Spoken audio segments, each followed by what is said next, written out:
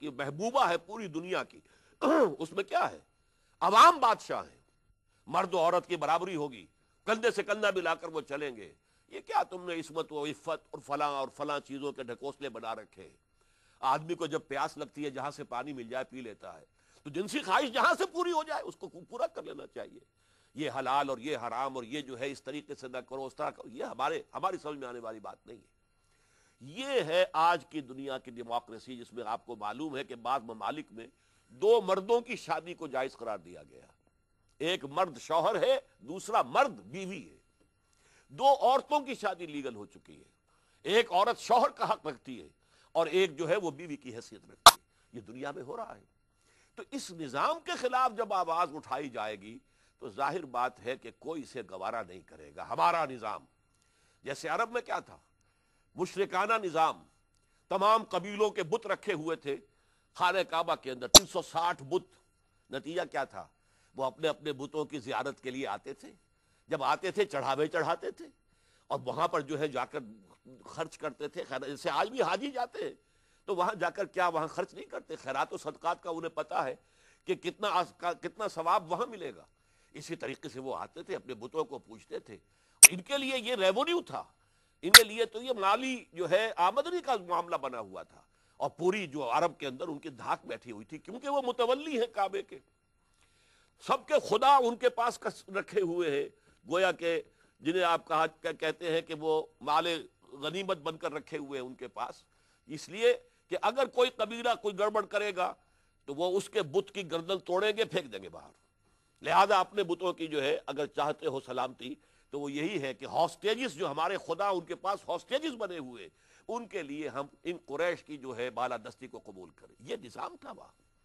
اس حوالے سے یوں سمجھیے، اب میں جو نقطہ واضح کرنا چاہتا ہوں، حضور صلی اللہ علیہ وسلم کو جو مشن اللہ نے سونپا ہے وہ آج کی ہم اصطلاح میں کہیں گے انقلابی مشن تھا۔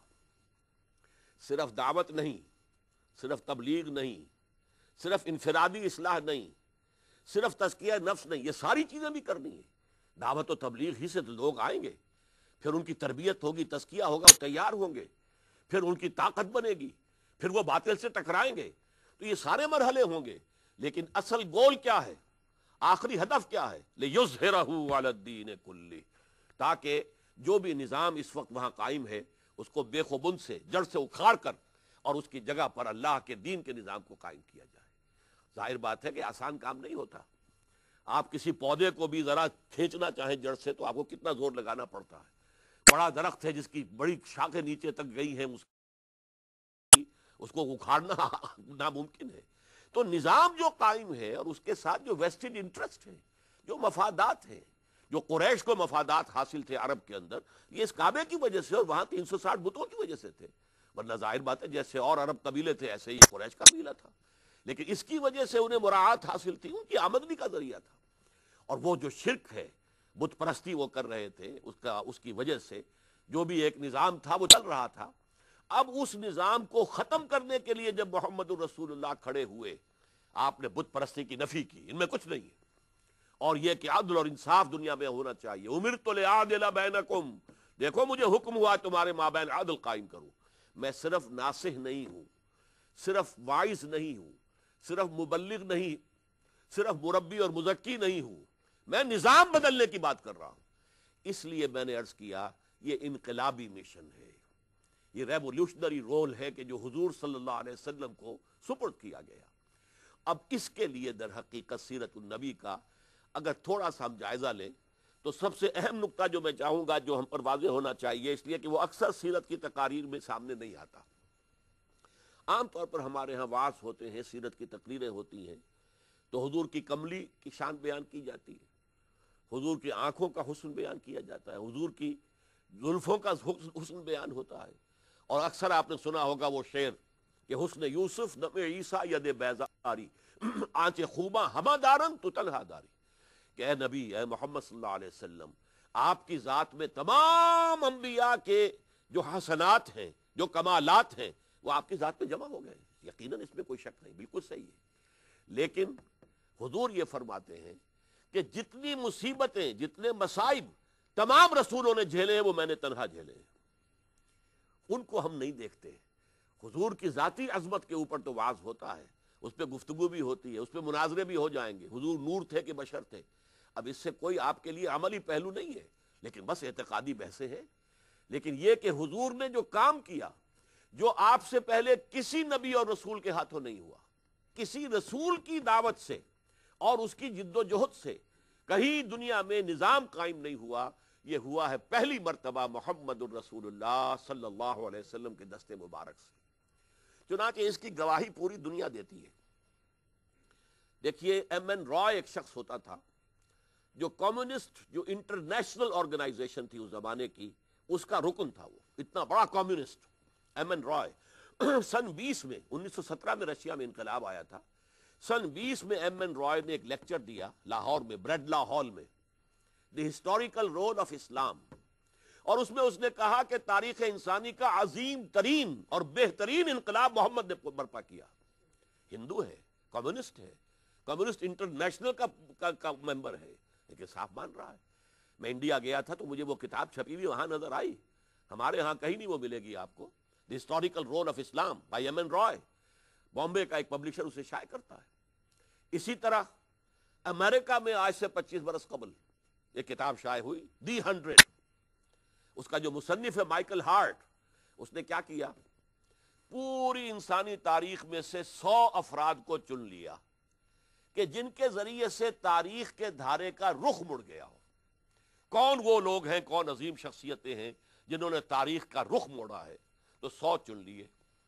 پھر ان میں گریڈیشن قائم کی، ان میں سے بھی سب سے بڑی تبدیلی کون لایا.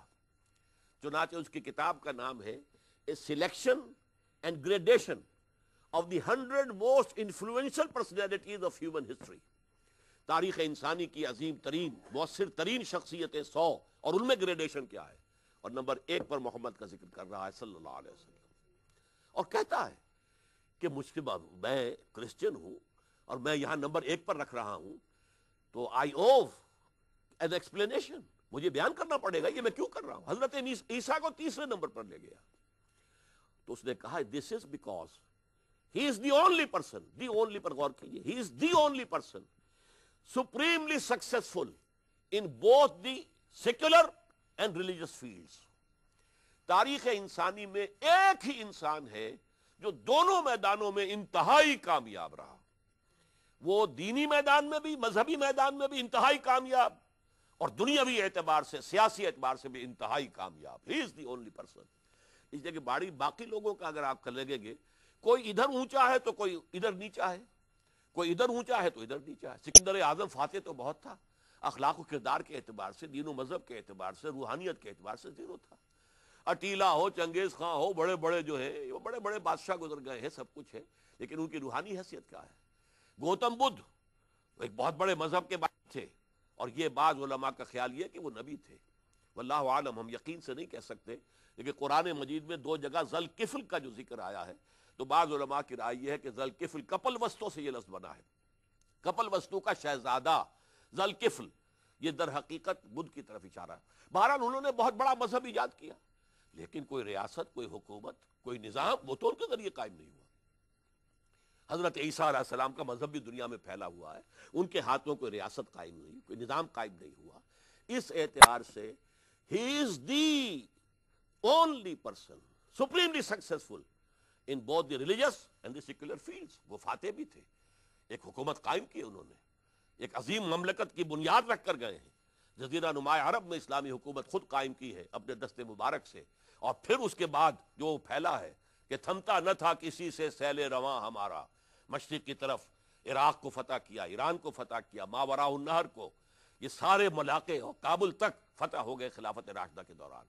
ادھر اس سے آگے چلیے، شام سے کراس کیا سینائی پیننسولا، اور پھر یہ کہ مصر ہے، لیبیا ہے، اٹلانٹک اوشن کے سائڈ تک پہنچ گئے.